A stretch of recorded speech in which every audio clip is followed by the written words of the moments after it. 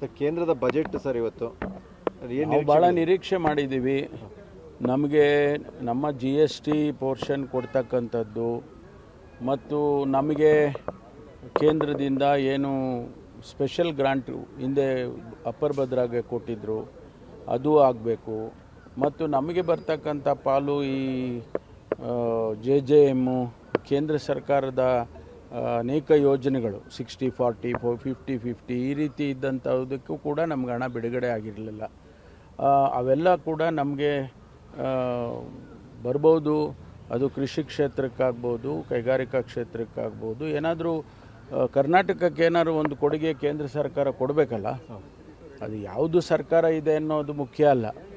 ಅಭಿವೃದ್ಧಿ ದೃಷ್ಟಿಯಿಂದ, ದೇಶದ ಅಭಿವೃದ್ಧಿ ದೃಷ್ಟಿಯಿಂದ ಕರ್ನಾಟಕ ನಾವೇನು ಅತಿ ಹೆಚ್ಚು ಸೆಕೆಂಡ್ ಹೈಯೆಸ್ಟ್ GST ಕಟ್ತಾ ಇದ್ದೀವಿ. ಅದಕ್ಕೆ ಪೂರಕವಾಗಿ ನಮಗೆ ಸಹಕಾರ ಕೊಡಬೇಕು ಕೇಂದ್ರ ಸರ್ಕಾರ. ಅದನ್ನು ನಿರೀಕ್ಷೆ ಮಾಡ್ತಾ ಇದ್ದೀವಿ. ನೋಡೋಣ ಇವತ್ತು ಮಧ್ಯಾಹ್ನ ಏನು ಶ್ರೀಮತಿ ನಿರ್ಮಲಾ ಸೀತಾರಾಮನ್ ಅವರು ತಿಳಿಸ್ತಾರೆ ಗೊತ್ತಿಲ್ಲ.